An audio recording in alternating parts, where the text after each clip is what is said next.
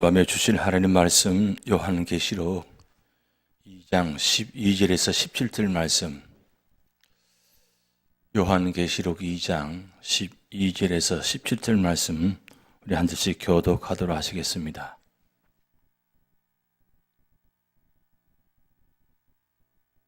퍼가모 교회의 사제에게 편지하라. 좌우에 날선 검을 가지신 네가 이르시되 내가 어디에 사는지를 내가 아노니 거기는 사탄의 권자가 있는 데라.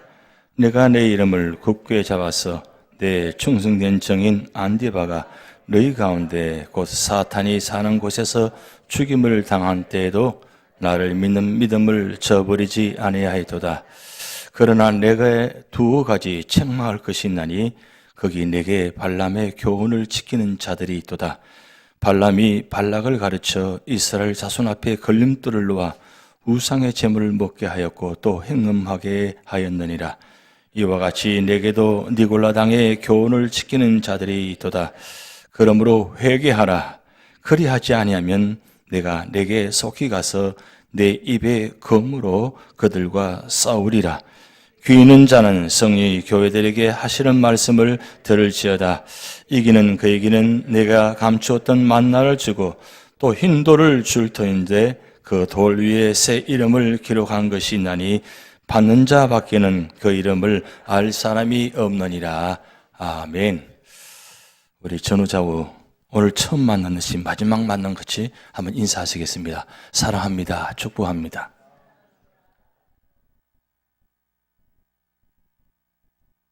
네, 감사합니다. 평소에 늘 그런 모습으로 환하게 웃었으면 좋겠습니다. 가만히 계시면 꼭 화나 있는 것 같아요. 그래서 그렇다고 뭐 괜히 시죽시죽 웃을 수도 없고 그럼 또 이상하게 볼 수 있으니까 또 왜 웃느냐고 또 이야기할 수 있으니까. 그런데 그저 가만히 앉아있어도 그냥 은혜의 모습이 나타날 수 있는 그런 자리가 될 줄 믿습니다. 지금 요한계시록 2장 12절 17절 오늘 말씀은 버가모 교회에 보낸 편지입니다. 버가모, 에베소, 서머나, 버가모 이렇게 차례대로 올라갑니다. 제일 위에 정점이 있다가 이제 버가모에서 두아디라, 사데, 빌라델비아, 그 다음 라오디게아 이렇게 순서가 내려오게 되어 있습니다.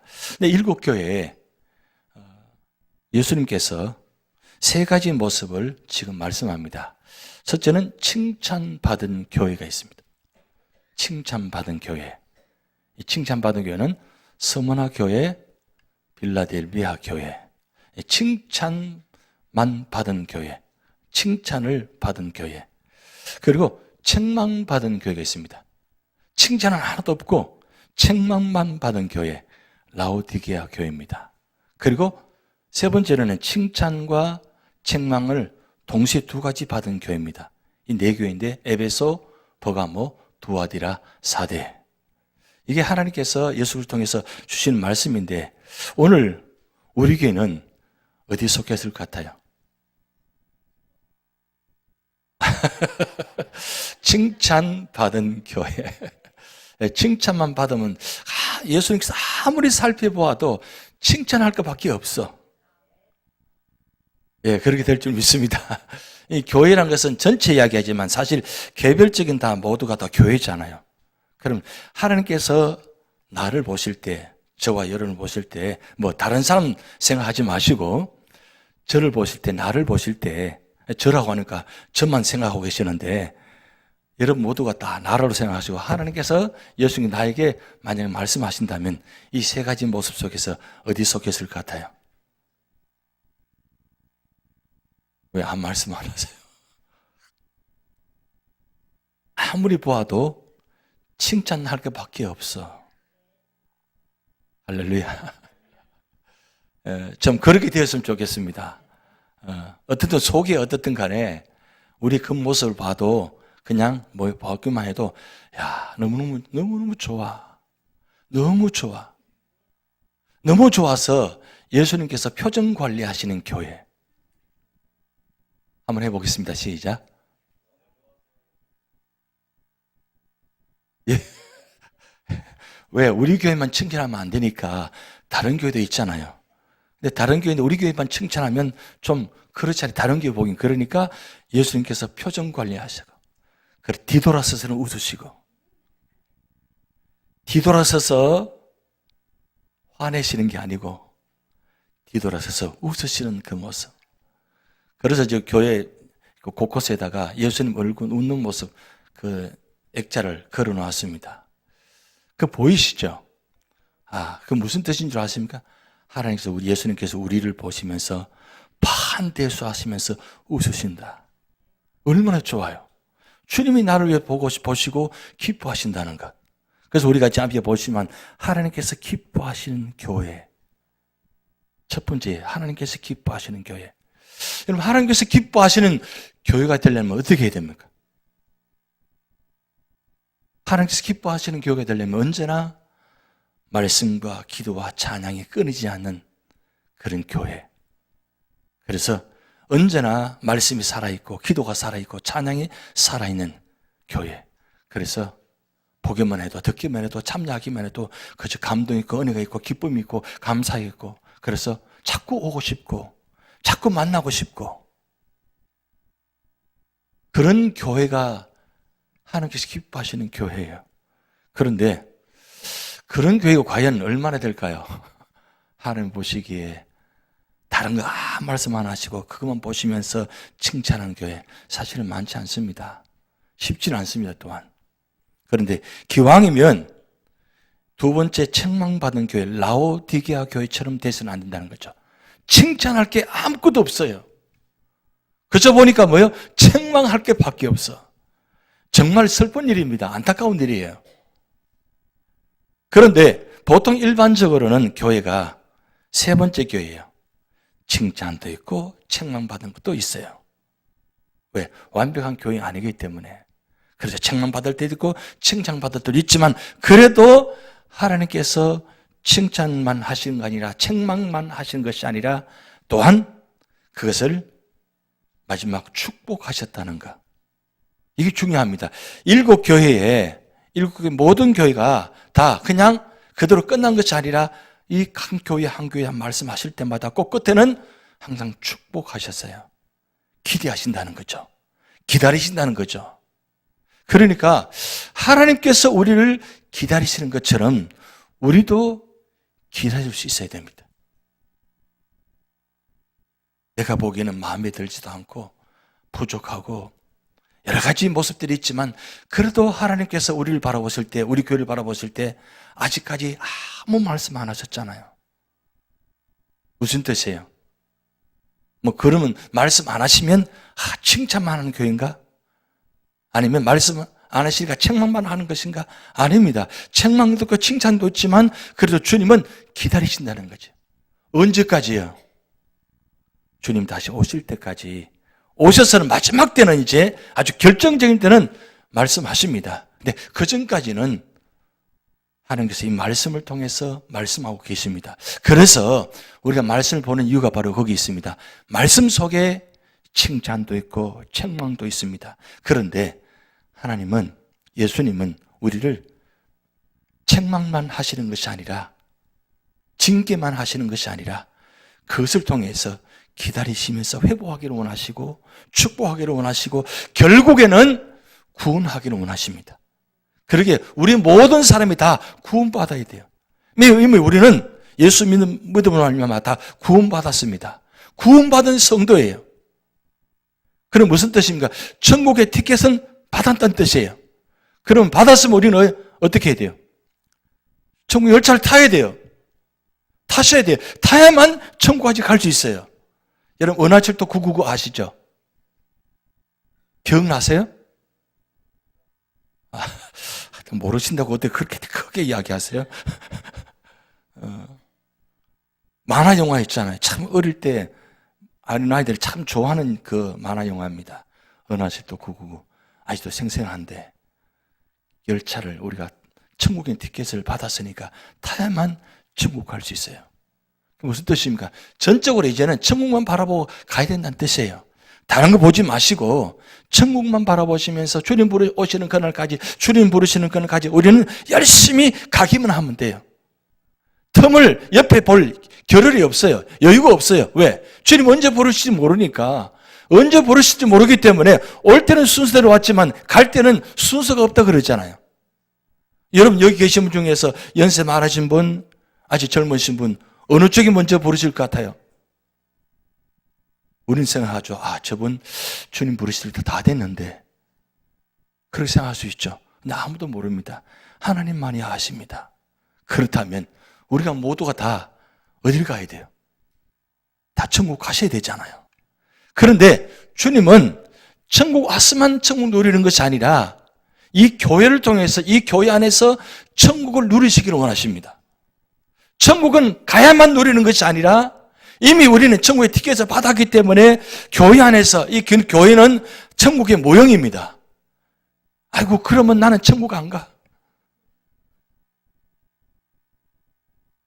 이게 천국의 모형이면 우리는 다 절대 난 천국 안 가. 그렇게 생각하시는 거예요? 아닙니다. 이 세상은 아직 불완전합니다. 왜? 불완전한 모습들이 다 모였기 때문입니다.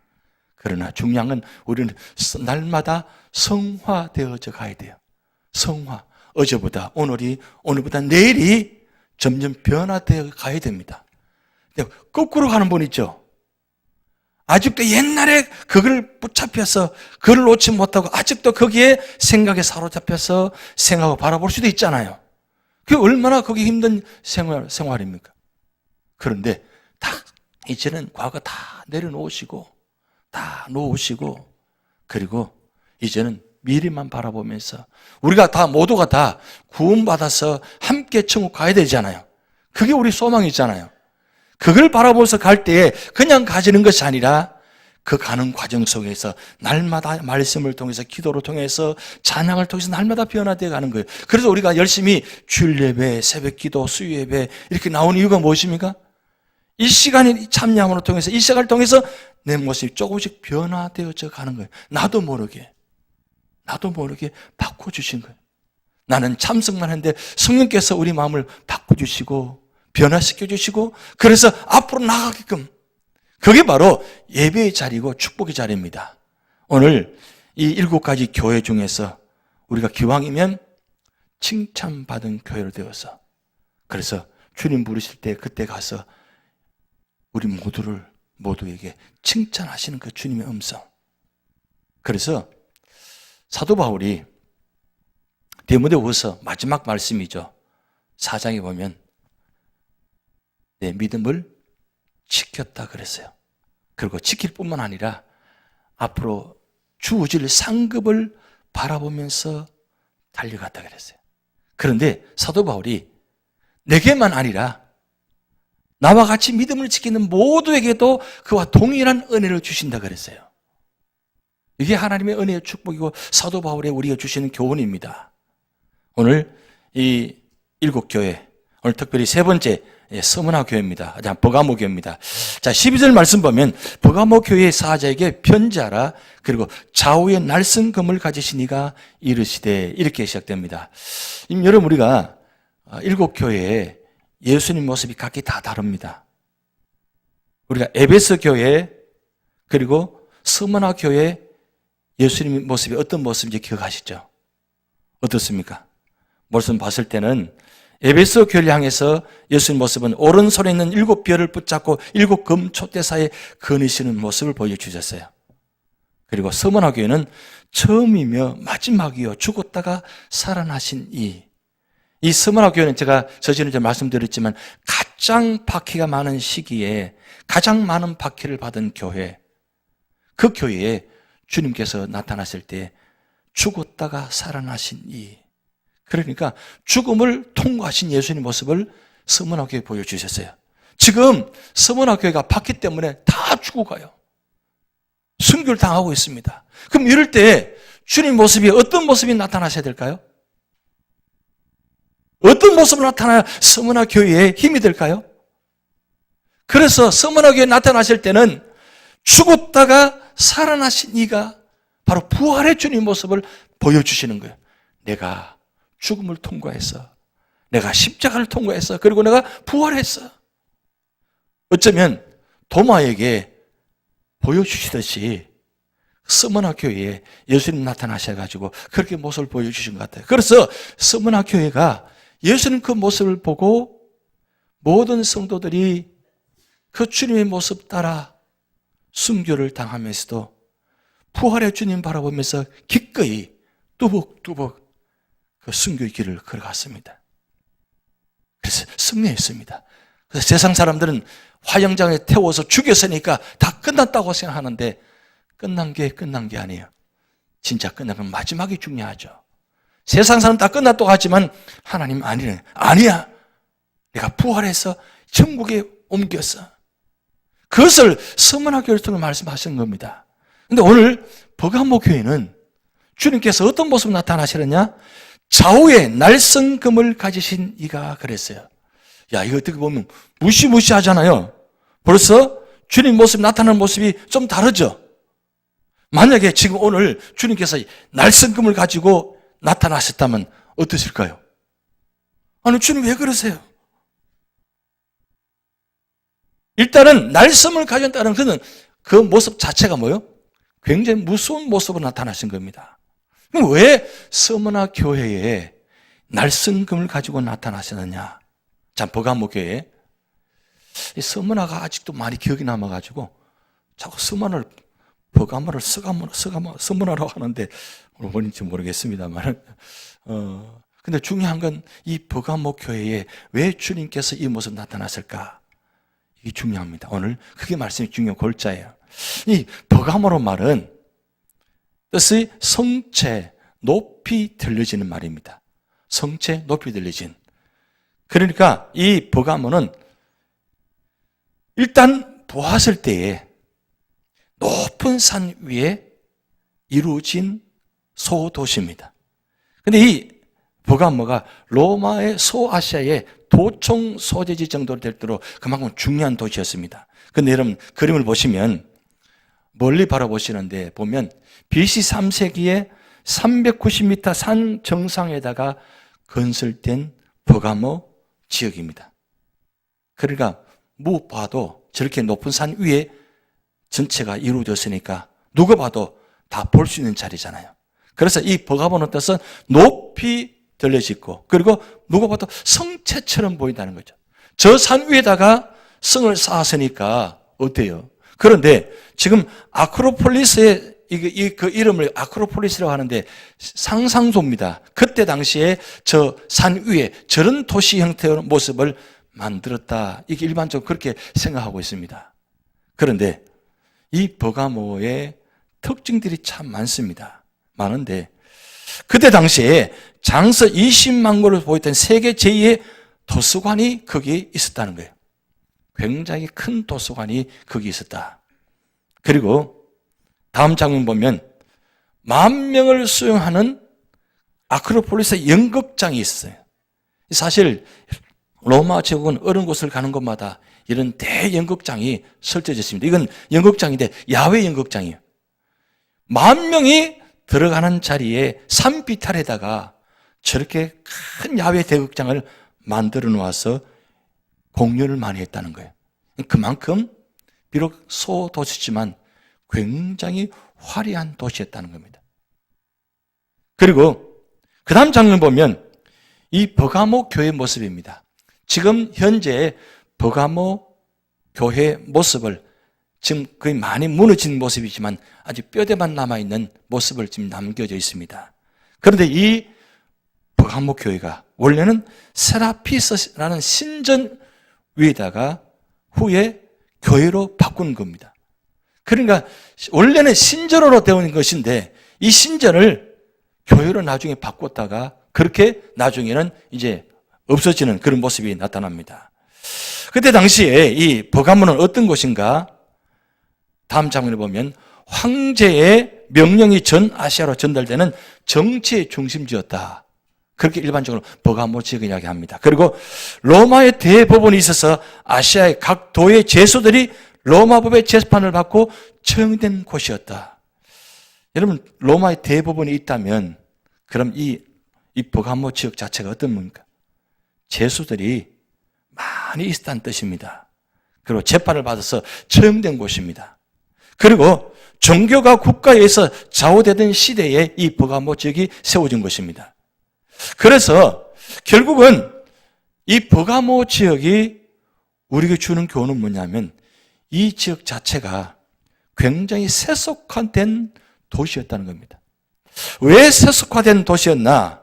한번 쭉 보겠습니다. 거기는 신전이 어마어마하게 많았습니다. 대표적인 신전을 제가 보여드릴 겁니다. 데메테르 신전터가 있습니다. 그리고 다음에는 세라피스 신전입니다. 이건 원래 이집트 신인데 여기 테라피스 신전을 바꿔서 버가모 교회를 바꿨다고 했습니다. 그리고 아스클레피우스라는 신전이 있습니다. 여기 버가모 지역이 가장 유명한 것입니다. 아스클레피우스 신전. 여러분 병원에 보면 저런 형상의 그림이 있죠. 뱀이 꽈리틀에 올라가는 장면. 이게 왜 저런 그러냐? 이게 그때 당시에 이 아스클레피우스 신전이 뭐냐면 아폴론의 아들인데 건강과 약의 신입니다. 그러니까 치료의 신이에요. 그때 당시에 상징적인 것이 아직도 지금 의료계에는 저 그림을 그리고 있습니다. 그만큼 그때의 영향이 많이 받았다는 거죠. 그리고 다음에는 트란 로마 황제 신전이 있었던 것입니다. 지금 뼈대만 남아 있습니다. 그리고 그 유명한 제우스 신전터가 있는 곳입니다. 지금 거의 다 없어졌습니다. 그리고 디오니소스 신전이 있었던 것입니다. 거의 흔적이 거의 없을 정도 됩니다. 그리고 아테나 신전이 있습니다. 그래도 그나마 이 아테나 신전은 뼈들이 많이 남아 있습니다. 돌들이, 기둥들이 남아 있습니다. 왜 그러면 이 버가모 도시가 13절 말씀 보면 주님께서 이렇게 말씀합니다. 내가 어디에 사는지를 내가 아노니 거기는 사탄의 권자가 있는 데라 그랬어요. 무슨 뜻입니까?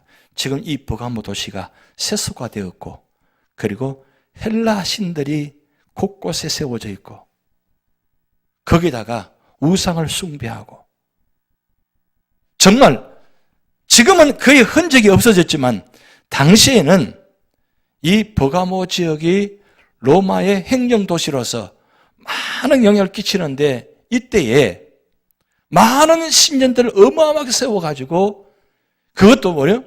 멀리서 보면 꼭 사탄의 권자가 앉아있는 것처럼 높은 산 위에 세워져 있으니까 멀리서 보면 큰 성체가 세워졌는데 그것이 어떻게 보면 사탄의 권자가 앉아있는 것처럼 보였다는 거예요. 그래서 오늘 주님께서 그렇게 말씀합니다. 내가 어디에 사는지를 내가 아노니 거기는 사탄의 권자가 있는 데라 그랬어요. 오늘 13절 말씀 시작할 때 이렇게 말씀 시작합니다. 내가 어디에 사는지를 내가 아노니. 이 말씀 들을 때 어떻습니까? 주님께서 어디에 산다는 것은 안다는 말씀은 무엇을 하는지 어떤 모습을 살아가는지 다 아신다는 거예요.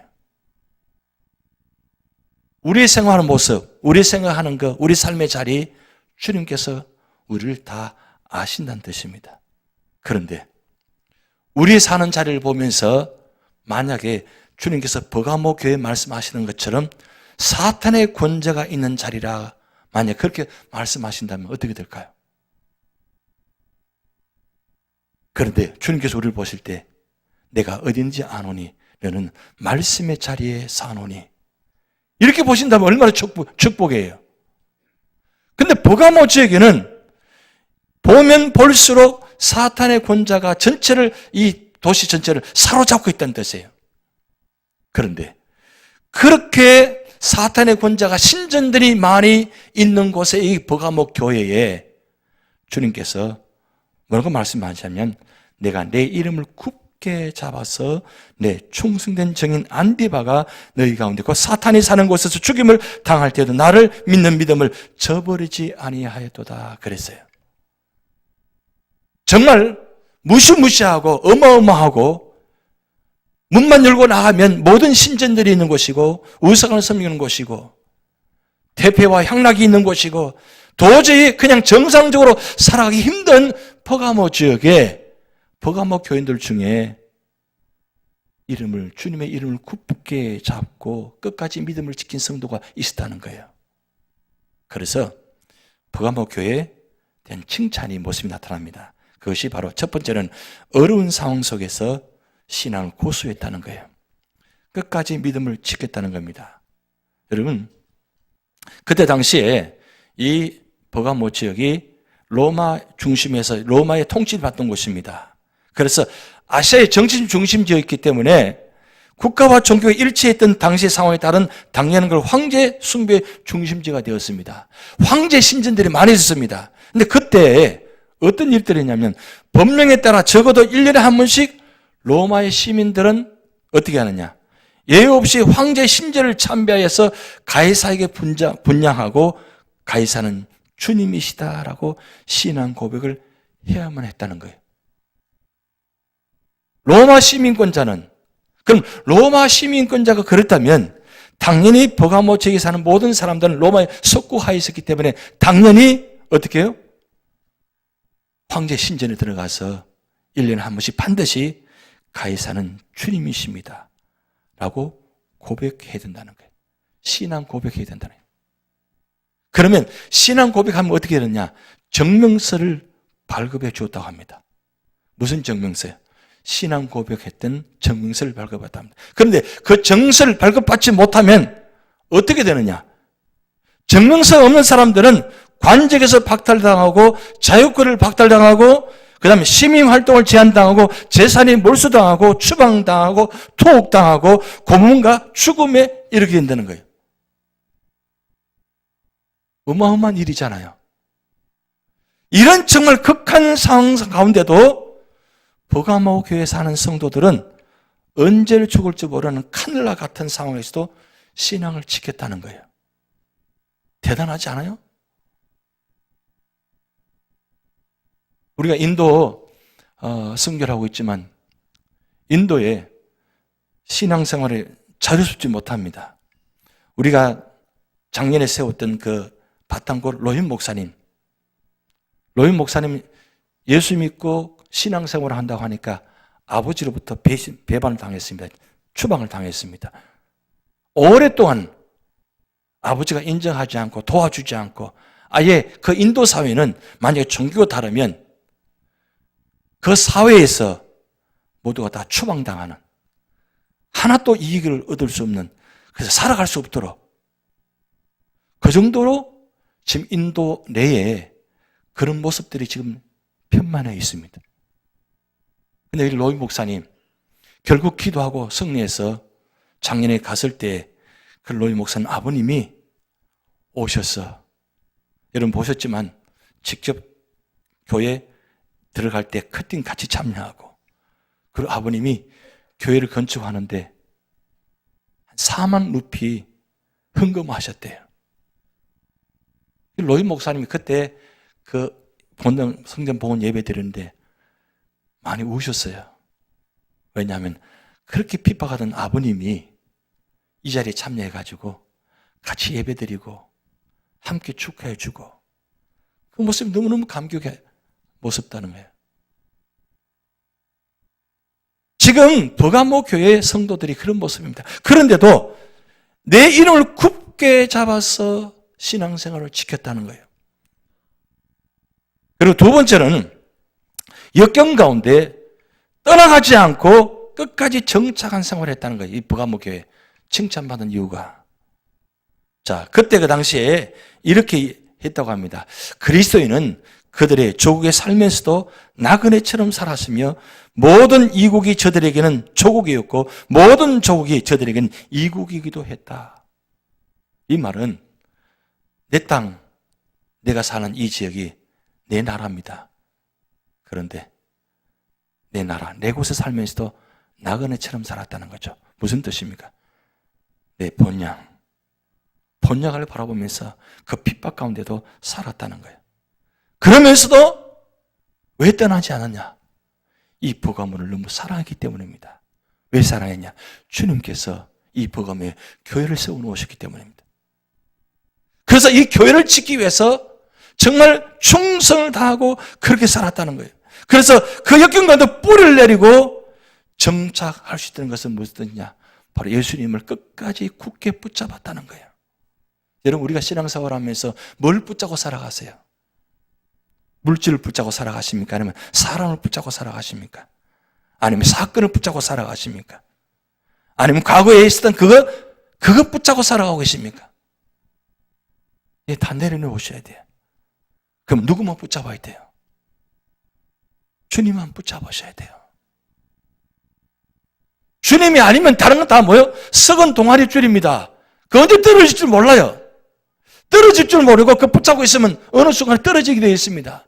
그런데 우리 주님께서 주신 줄은 영원히 끊어지지 않는 줄입니다. 그 줄만 붙잡으시기 바랍니다. 그 줄을 붙잡는다는 게 무엇입니까? 말씀을 붙잡는다는 거예요. 말씀을 붙들고 끝까지 말씀의 힘을 가지고 살아가야만 승리할 수 있습니다. 과거의 문제, 여러 가지 힘든 문제, 고난의 문제, 역경의 문제, 우리가 힘으로 어떻게 이겨낼 수 있어요? 이겨낼 수가 없어요. 나는 힘이 없습니다. 결론은 무엇입니까? 주님밖에 없어요. 근데 주님밖에 없다고 하면서도 주님을 붙잡지 않아요. 얼마나 그게 힘든 일이에요. 이 보가모 교회 성도들은 그 화형당하고 고통당하고 그런 죽음 가운데도 끝까지 주님을 붙잡았다는 거예요. 그리고 주님의 이미 믿음을 절대로 버리지 않았다는 겁니다.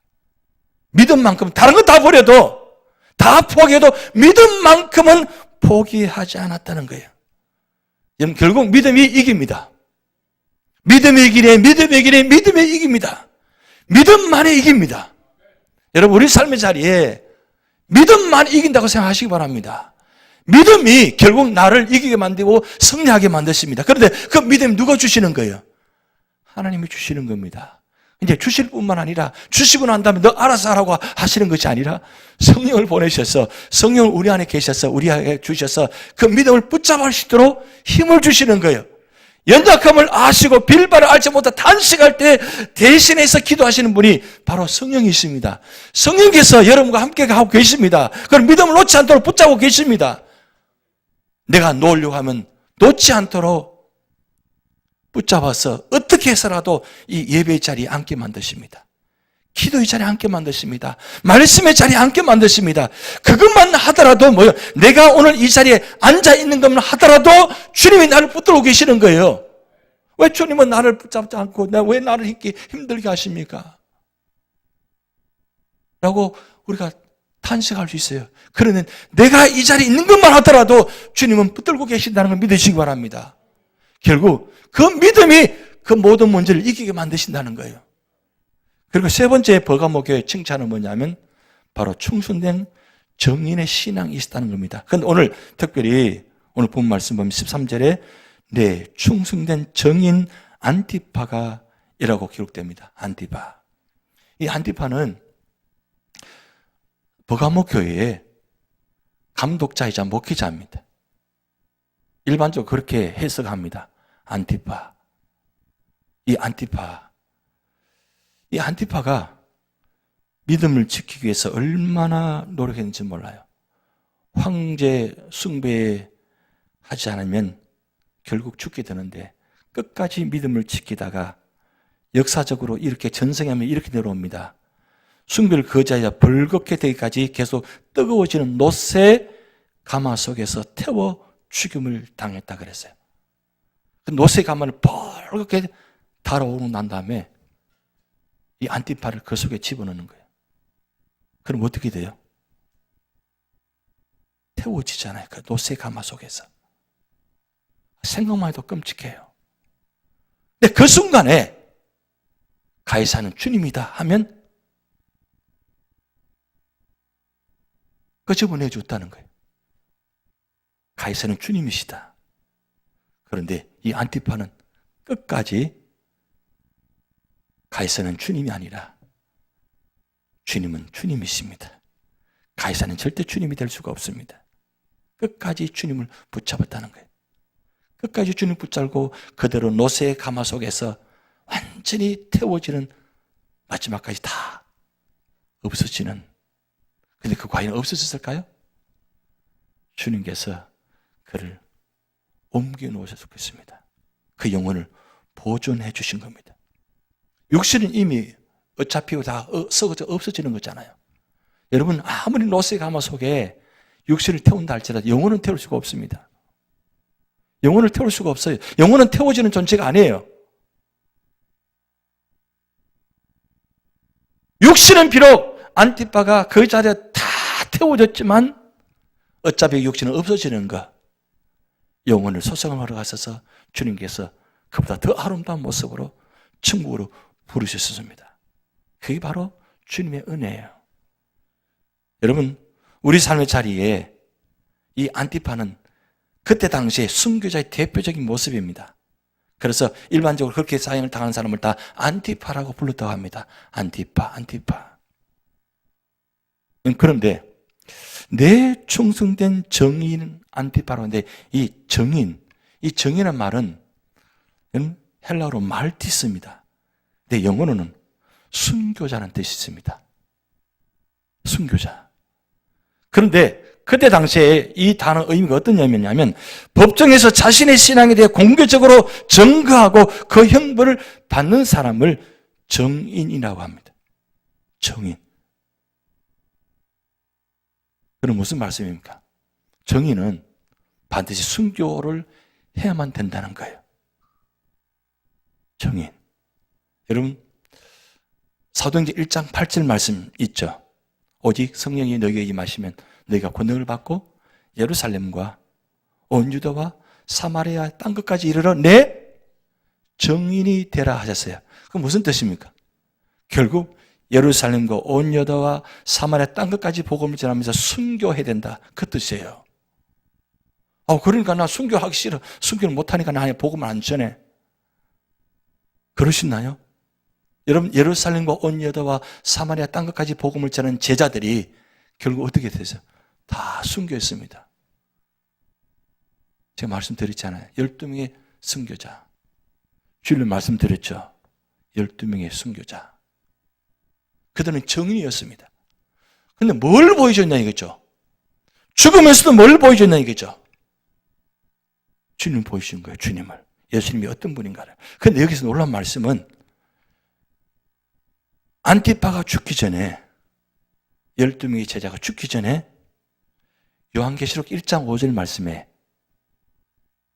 안티파에게만 정인이 붙인 것이 아니라 주님께서 스스로 정인의 이름이 붙어 있습니다. 보세요. 1장 5절에 충성된 정인으로 죽은 자들 가운데 먼저 나시고 땅의 임금들의 머리가 되신 예수 그리스도를 말미암아 그의 피로 우리 죄에서 우리를 해방하시고 예수님 당신은 뭐요? 충성된 정인이 되셨다는 거예요. 주님을 만난 사람들이 그때 당시에 일곱 교회 안에는 소아시에 있는 교회에 있는 교인들이 끝까지 믿음을 지킨 사람들이 왜 그렇게 순교하면서 할 수 있느냐?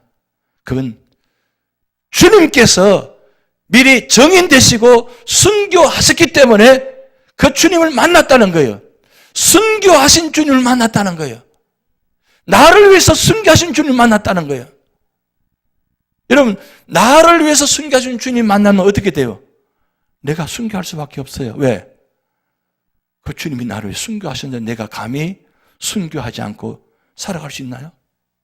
그래서 제자들은 이때 당 초대 교인들은 그 순교하신 주님을 만났기 때문에 끝까지 정인의 삶을 감당한 거예요. 왜? 봤기 때문에, 만났기 때문에, 체험했기 때문에. 그래서 충성된 정인으로 살아갈 수 있다는 거예요. 그러면 안티파가 이런 초대교인들이 순교로 말미암아 오늘 우리가 복음을 받았습니다. 내가 예수 믿고 구원받아 이 자리 예배드리기까지 그냥 온 것이 아니라 수많은 사람들이 순교의 피를 흘려서 내가 오늘 이 자리에 와 있다는 거예요. 그럼 이제는 어떻게 해야 돼요? 이제는 우리가 예수님의 증인이 될 차례라는 거예요. 우리가 예수님의 증인 될 차례라는 거예요. 근데 우리는 증인을 사면 안 하려고 해요. 증인을 안 하려고 해요. 어떻습니까? 우리 입술로 복음을 전하고 계십니까? 특히 이민 땅에서 얼마나 전도하기 어렵습니까? 뭐 만나야 전도하죠. 만나야 정인이 되죠. 그렇잖아요. 그럼 만나는 분들이 우리는 다 뭐요? 우리만 만났잖아요. 우리 교회만 교인들 만나잖아요. 그럼 만날 시간도 없고 만날 사람도 없어. 시간이 지나면 지날수록 더 만날 사람이 없어. 그래서 친구는, 가까운 사람은 다 우리 교회밖에 없어. 이게 이민자의 삶의 모습입니다. 그렇게 정인되기가 얼마나 힘들어요. 그러면 어떻게 하셔야 되는 거예요? 선교 가야죠. 선교 가시면 됩니다. 한 달에 2번 우리 국내 선교, 그리고 1년에 2번은 해외 선교. 우리에게 건강 주시고 그리고 모든 은혜를 주신 것 이만큼 되면 어때요? 이제는 주님 만날 준비해야 되고 그리고 정인의 삶의 마지막까지 감당할 수 있어요. 이제는 우리가 할 차례라는 거예요. 주님은 지금 그걸 기다리고 계시는 거예요. 이제는 우리가 가야 돼. 유저지 연합장로교회가 가야 돼. 아무리 먼 곳이라도 가야 돼. 왜요? 그게 주님께서 원하시는 일이니까. 주님께서 하늘에 계시다가 이 땅에 오시기까지 그렇게 선교하러 오셨는데 주님 제일 먼저 선교사예요. 주님이 선교사입니다. 하늘에서 이 땅에 선교사로 오셨어요. 선교사의 삶을 살면서 그 다음에 선교사의 모습을 보여주셨고 그리고 마지막 선교자의 마지막 사명 순교자라 모든 생애를 마쳤습니다. 그랬더니 주님께서 그렇게 바쳤더니 어떻게 하셨어요? 하나님께서 주님을 부활시키시고 그리고 천국으로 데려가셨잖아요. 그게 바로 주님의 모습이 우리 모습이 되셔야 돼요. 지금 헤롯 안티파가 그런 모습, 사실 이 안티파란 말이 단어가 신약 성경에 헤롯 안티파가 있어요. 헤롯 안티파. 예수님이 대적자입니다. 우리 지금 인물 바로나마 보고 공부하고 계시는데 헤롯 안티파. 예수님 대적자입니다.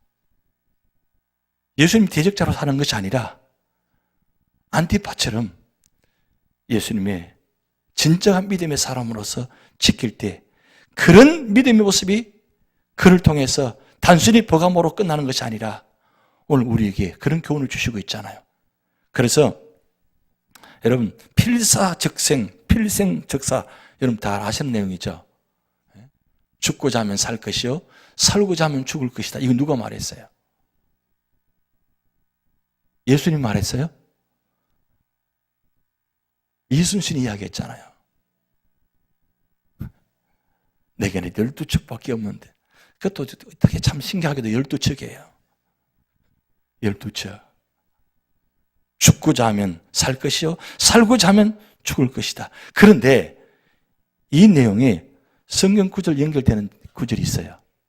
요한복음 11장 25절 26절 우리 같이 있습니다. 시작. 예수께서 이르시되 나는 부활이요 생명이니 나를 믿나는 죽어도 살겠고 무릇 살아서 나를 믿는 자는 영원히 죽지 아니하리니 이것을 내가 믿느냐. 그럼 이순신이 말한 거하고 비교가 돼요? 비교가 안 됩니다. 이순신은 죽은 거예요. 그런데 여기 예수 믿는 자는 무릇 나르면 죽어도 살겠고 무릇 살아 나는 믿는 자는 영원히 죽지 아니하리니. 영생이 있다는 거죠. 영생. 초대교인들은 그 영생을 바라보았기 때문에 죽어도 산다는 걸 바라보았기 때문에 믿었기 때문에 끝까지 순교할 수 있다는 겁니다. 그러니까 잠깐의 고통을 비하면 영혼은 이건 너무 놀라운 거예요. 그래서 이 영혼을 위해서 잠깐의 고통을 견뎌낸 거예요. 이 영혼이 너무 크기 때문에 너무 큰 축복이기 때문에 영원하는 것은 이 믿음입니다. 이 영원한 것은 믿음이기 때문에 그 믿음을 가진 자는 지금 영원에서 지금 이 순간의 모든 것들을 포기할 수 있는 그게 있어야 돼요. 근데 우리는 어떻습니까? 이 순간 때문에 영혼을 포기하는 경우가 많잖아요. 그런데 그때는 모르죠. 지금은 그것이 영원한 것이 있는지 없는지 모르기 때문에 포기하는 거예요. 여러분 세상 사람들은 결국 하다 안 되면 어떻습니까? 마지막 순간 자기 자신을 포기하잖아요. 이게 포기하면 다 끝날 줄 알았는데 그거 끝나는 거예요? 끝나는 게 아니에요. 다시 시작입니다. 영원한 건 다시 시작이에요. 하나님은 우리 모두에게 영혼을 주셨습니다. 영혼을 주셨기 때문에 요한복음 5장에 보면 그 마지막 영혼의 모습이 어떤 모습인지를 차이가 있습니다. 믿음으로 살아가는 자, 믿지 않은 자 모습. 결국 동일하게 다 영혼을 주어진 겁니다. 근데 어떻게 영혼이 살았냐가 중요한 거예요. 어떻게 영혼이 살았냐. 근데 초대교인들은 진짜 영혼이 무엇인지 알았다는 거죠. 영생이 무엇인지 알았다는 거죠. 그래서 기쁨으로 잠깐 이 고통을 그 영혼 때문에 다 포기할 수 있다는 거죠. 지금 이 순간 이거 가해사는 주님이시다. 그 말 한마디만 하면 다 살아날 수 있는데 그것마저도 하지 않고 끝까지 지키는 이유가 무엇입니까? 결국 영혼 때문에 그렇다는 거죠. 여러분 14절 말씀 봅니다. 그러나 내게 두 가지 청할 것이 있나니 거긴 내게 발람의 교훈을 지키는 자들이 있도다. 발람이 발락을 가르쳐 이스라엘 자손 앞에 걸림돌을 놓아 우상의 제물을 먹게 하였고 또 행음하게 하였느니라. 그리고 15절 말씀 보면 이와 같이 내게도 니골라 당의 교훈을 지키는 자들이 있도다. 여기 발람 이야기가 나오고 니골라 당 이야기가 나옵니다. 이 발람 이야기는 민수기 22장에서 25장에 나타난 말씀입니다. 모압왕 발락이 이 거짓 선지자 발람을 데려와서 이스라엘을 저주하게 만듭니다. 저주하게 하는데 오기는 왔는데 돈까지 받았는데 말하려 하면 하나님께서 그 입을 열어가지고 저주를 이야기하는 게 아니라 축복을 이야기합니다. 그걸 3번이나 반복하게 합니다. 그런데 이 발람이 무슨 역할을 하느냐? 우상을 숭배하게 만듭니다. 우상을 가지고 옵니다. 거짓 선지자입니다.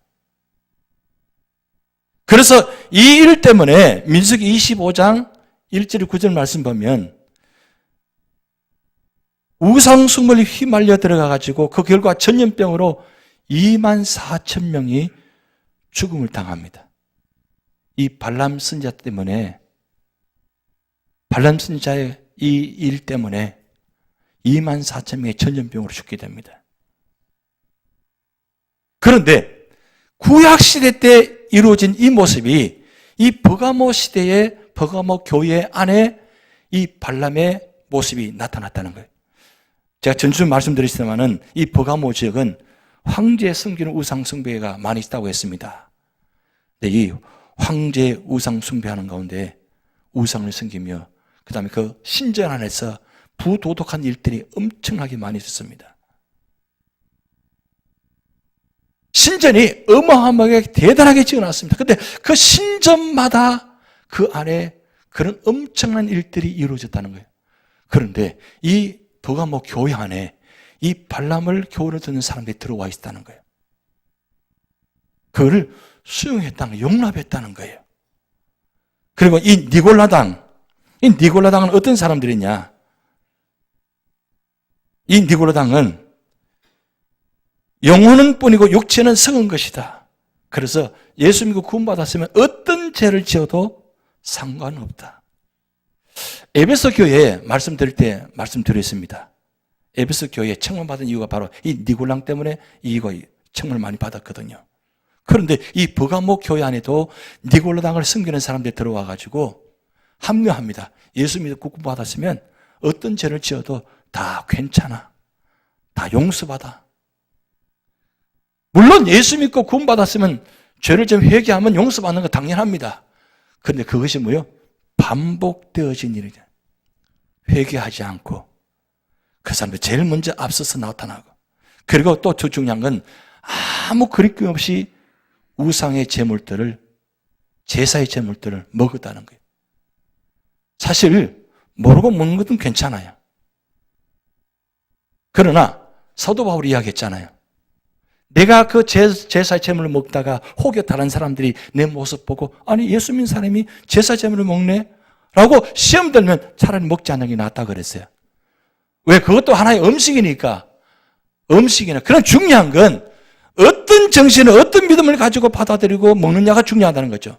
모든 음식은 다 먹어도 되는 것입니다. 그러나 이게 제사의 제물이고 이거 내가 끄름칙하고 내가 마음속에 먹으면 내가 시험 들겠다 하면 먹어서는 안 된다는 거죠. 혹여 또 다른 사람들 그 모습 보면서 시험 들면 안 된다는 거죠. 그래서 이길 수 있다면 먹어도 괜찮다고 이야기하는 겁니다. 그런데 그들이 우상의 재물을 알고 있습니다. 그런데 처음에는 그런 마음 가졌어요. 그런데 우상의 재물이 오면 올수록 먼저 그들이 앞서서 제일 먼저 손을 내어서 먹었다는 거예요. 그러니까 그 마음속에 믿음이 하나도 없는 겁니다. 먹으면서 죄를 짓는 모습들, 그 모습들이 바로 니골라 당의 모습들입니다. 그래서 이 니골라 발람이라는 말은 다 같은 뜻인데 백성을 정복한다 뜻입니다. 뭘 정복하느냐? 백성을 뭐요? 악의 길로 다 정복당하게 만든다는 뜻이에요. 이 발람과 니골라가 뜻이 그렇게 해석되어집니다. 결국 무슨 뜻입니까? 결국 이 세상 어떤 것도 우리 이겨낼 수가 없다는 거죠. 그래서 주님께서 오늘 본 말씀을 통해서 말씀합니다. 오늘 14절 말씀, 걸림돌 너와 우상의 재물을 먹게 하고 또 행음하게 하니라. 이와 같이 내게도 니골라 당의 교훈을 지키는 자들을 띠띠토하. 그러면서 16절 말씀에 그러므로 회개하라. 그러므로 회개하라. 결국 회개는 무슨 뜻입니까? 다른 하나님께 돌아오는 거예요. 다시는 죄를 짓지 않는 것입니다. 반복되어지는 죄를 짓지 않는다는 뜻입니다. 그게 회개하는 거예요. 그게 우리 삶의 자리에 반복돼서는 안 되는 겁니다. 초대교회들은 처음에는 회개했습니다. 근데 어느 순간부터 회개가 습관이 되었습니다.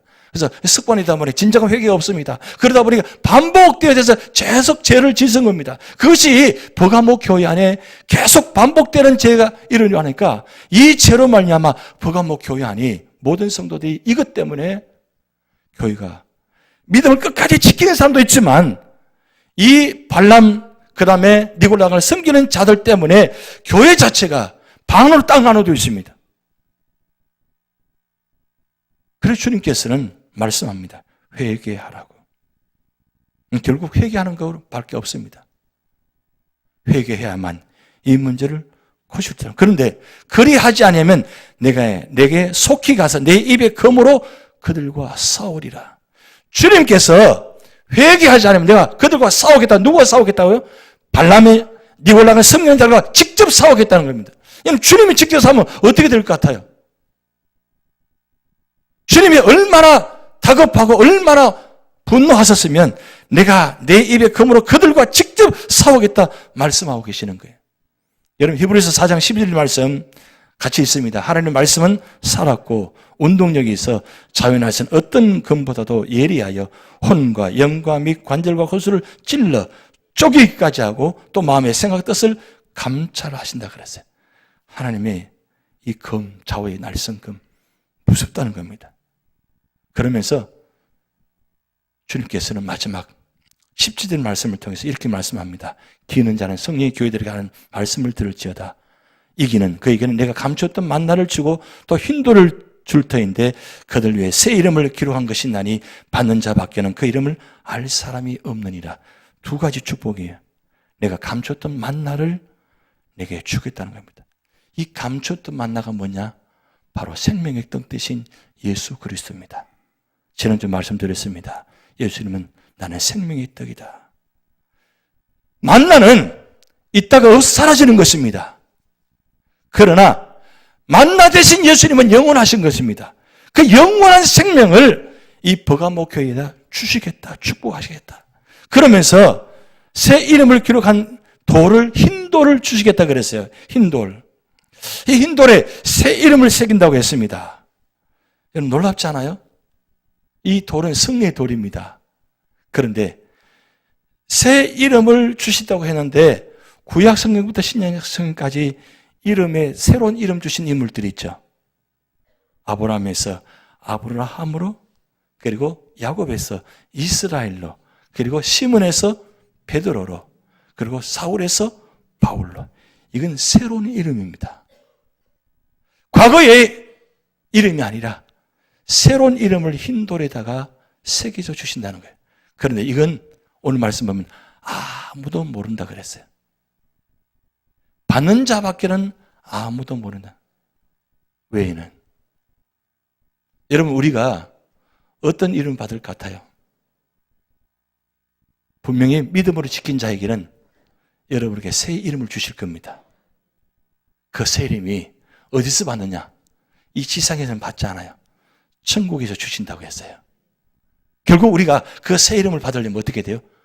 끝까지 믿음을 지키셔야 돼요. 끝까지.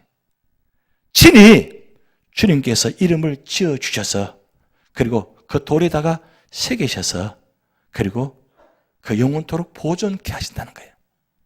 생명책에 기록할 뿐만 아니라 새로운 돌에다가 새로운 이름을 주신다는 이 축복.